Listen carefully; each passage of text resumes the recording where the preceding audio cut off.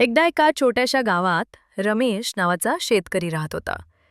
त्याच्या घरी टायगर नावाचा एक काळा, मजबूत आणि हुशार कुत्रा होता.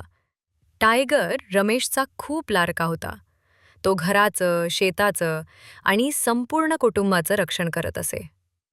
रात्री उशिरा कुणी घराजवळ फिरलं तरी तो भुंकून सावध करत असे. एक रात्री काही चोर शेतात शिरले. त्यांनी जनावरं चोरण्याचा प्रयत्न केला. टायगरने ते लक्षात येताच मोठ्याने भुंकायला सुरुवात केली आणि थेट चोरांवर तुटून पडला.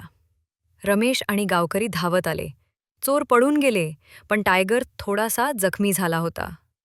सर्वांनी त्याच्यावर औषधं केली आणि त्याला प्रेम दिलं. त्या दिवशीपासून गावात त्याची निष्ठा सगळ्यांनी पाहिली. टायगर फक्त रमेशचाच नाही, तर संपूर्ण गावाचा अभिमान बनला.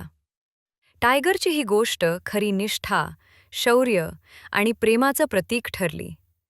कुत्रा माणसाचा खरा मित्र का म्हणतात, हे त्याने सिद्ध केलं.